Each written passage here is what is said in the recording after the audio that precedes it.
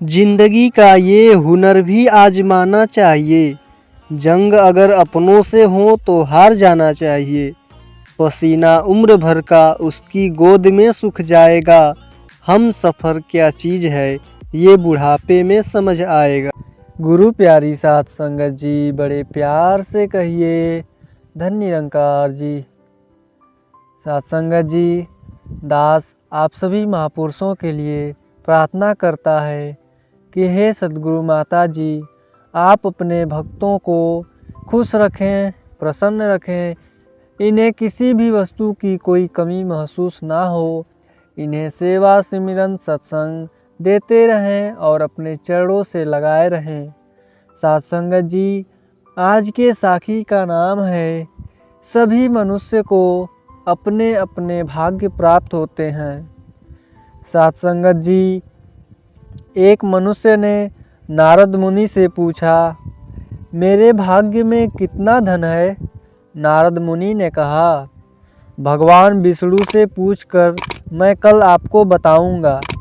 नारद मुनि ने कहा, 1 रुपया रोज तुम्हारे भाग्य में है। आदमी बहुत खुश रहने लगा। उसकी ज़रूरतें 1 रुपये में पूरी हो जाया करती थी।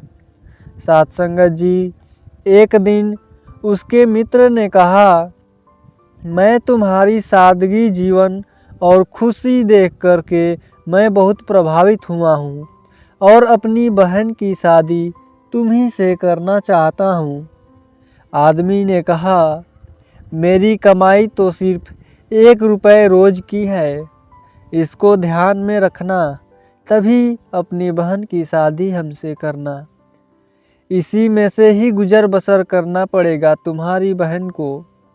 मित्र ने कहा, कोई बात नहीं, मुझे यह रिश्ता मंजूर है। अगले दिन से उस आदमी की कमाई 11 रुपये हो गई। उसने नारद मुनि को बुलाया और कहा कि हे मुनिवर, मेरे भाग्य में तो 1 रुपये लिखा है, फिर 11 रुपये क्यों मिल रहे हैं? नारद मुनि ने कहा, तुम्हारा किसी से रिश्ता या सगाई हुई है क्या? तब उस आदमी ने कहा, हाँ हुई है। तो यह तुमको 10 रुपये उसके भाग्य के मिल रहे हैं। नारद जी ने कहा, इसको जोड़ना शुरू करो, तुम्हारे विवाह में काम आएंगे। साध संगत जी, एक दिन उसकी पत्नी गर्भवती हुई और उसकी कमाई 31 रुपये होने लगी। फिर उसने नारद मुनि को बुलाया और कहा, हे मुनिवर, मेरी और मेरी पत्नी के भाग्य के 11 रुपये ही मिल रहे थे, लेकिन अभी तो 31 रुपये क्यों मिल रहे हैं? क्या मैं कोई अपराध कर रहा हूँ? मुनिवर ने कहा, यह तेरे बच्चे के भाग्य के 20 रुपये मिल रहे हैं। हर मनुष्य को उसका भाग्य मिलता है। किसके भाग्य से घर में धन दौलत आती है हमको नहीं पता है, लेकिन मनुष्य तो अहंकार करता है कि मैंने बनाया, मैंने कमाया, यह सब मेरा है, मैं कमा रहा हूँ, यह सभी मेरे ही वजह से हो रहा है। हे प्राणी, तुझे नहीं पता तू किसके भाग्य का खा रहा है और किसके भाग्य का कमा रहा है। इसीलिए अहंकार नहीं करना है। साध संगत जी, जो भी मिला है यह सतगुरु की कृपा से और अपने भाग्य से ही मिला है। साध संगत जी, हमेशा की तरह सिमरन करते हुए अपने कार्यों में तल्लीन रहने वाले भक्त रविदास जी आज भी अपनी जूती गांठने के कार्यों में तल्लीन थे। तब तक, अरे मेरी जूती थोड़ी टूट गई है, इसे गांठ दो। राह गुजरते हुए एक पथिक ने भक्त रविदास जी से थोड़ा दूर खड़े होकर के कहा। तब भक्त रविदास जी ने कहा, आप कहाँ जा रहे हैं श्रीमान जी?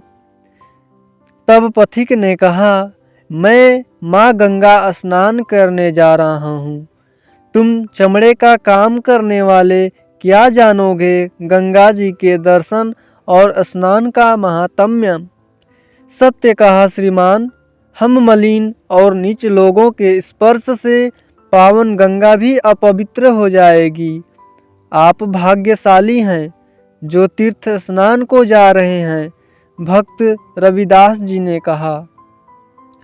तब पथिक ने कहा, सही कहा, तीर्थ स्नान और दान का बहुत महात्म्य है। ये लो अपनी मेहनत की एक कौड़ी और मेरी जूती मेरी तरफ फेंको। आप मेरी तरफ कौड़ी न फेंकिए, ये कौड़ी आप गंगा माँ को गरीब रविदास की भेंट कह करके अर्पित कर दीजिएगा। संत रविदास जी ने कहा। पथिक अपने राह चला गया। रविदास जी पुनः अपने कार्यों में लग गए।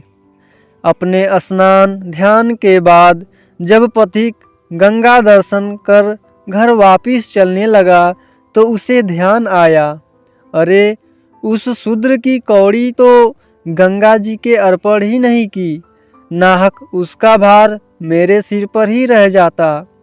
ऐसा कह करके उसने कौड़ी निकाली और गंगा जी के तट पर खड़ा होकर के कहा, हे माँ गंगा, रविदास की ये भेंट स्वीकार करो। तभी गंगा जी से एक हाथ प्रकट हुआ और आवाज़ आई, लाओ भगत, रविदास जी की भेंट मेरे हाथ पर रख दो। हक्के बक्के से खड़े पथिक ने वो कौड़ी उस हाथ पर रख दी।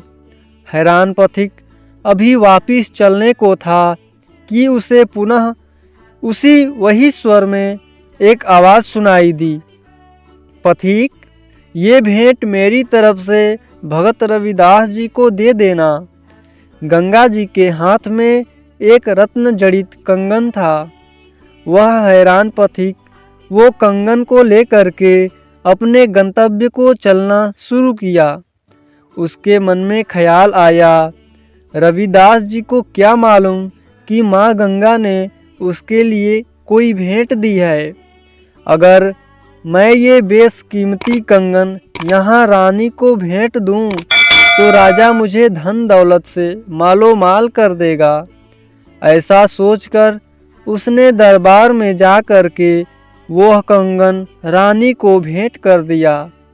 रानी उस कंगन को देख करके बहुत खुश हुई।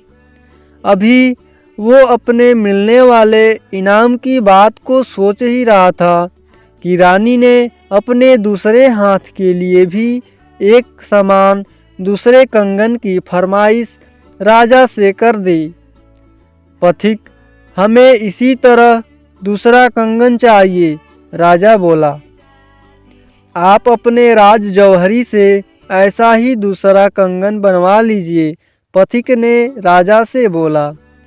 पर इसमें जड़े रत्न बहुत दुर्लभ हैं, ये हमारे राजकोष में उपलब्ध नहीं हैं। अगर पथिक इस एक कंगन का निर्माता है तो दूसरा भी बना सकता है, राज जौहरी ने राजा से कहा। पथिक, अगर तुमने ऐसा दूसरा कंगन लाकर नहीं दिया तो हम तुम्हें मृत्यु दंड देंगे, राजा ने गुर्रा करके पथिक से कहा। पथिक की आंखों में आंसू बहने लगे। भक्त रविदास से किया गया छल उसके प्राण ही लेने वाले थे। पथिक ने सारा सत्य राजा को कह सुनाया और राजा से कहा, केवल एक भगत रविदास जी ही हैं जो गंगा माँ से दूसरा कंगन लेकर के राजा को दे सकते हैं। राजा पथिक के साथ भक्त रविदास जी के पास आया। भक्त जी की सदा की तरह सिमरन करते हुए अपने दैनिक कार्यों में तल्लीन थे। पथिक ने दौड़ करके उनके चरण पकड़ लिए और उनसे अपने जीवन रक्षण की प्रार्थना की। भक्त रविदास जी ने राजा को निकट बुलाया और पथिक को जीवन दान देने की विनती की।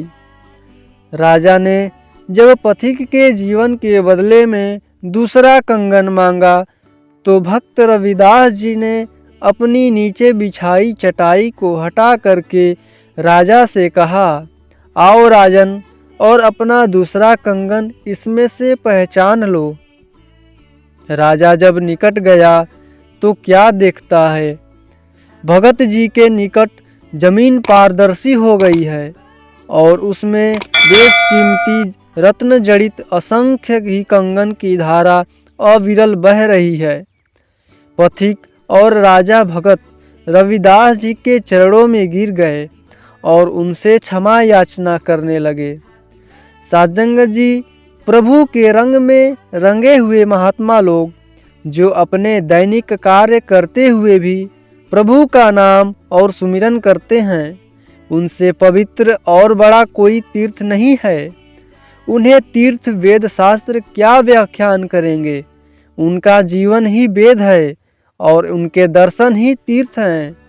साधुसंगत जी, आज का साखी कैसा लगा हमें कमेंट बॉक्स में कमेंट करके ज़रूर बताइएगा।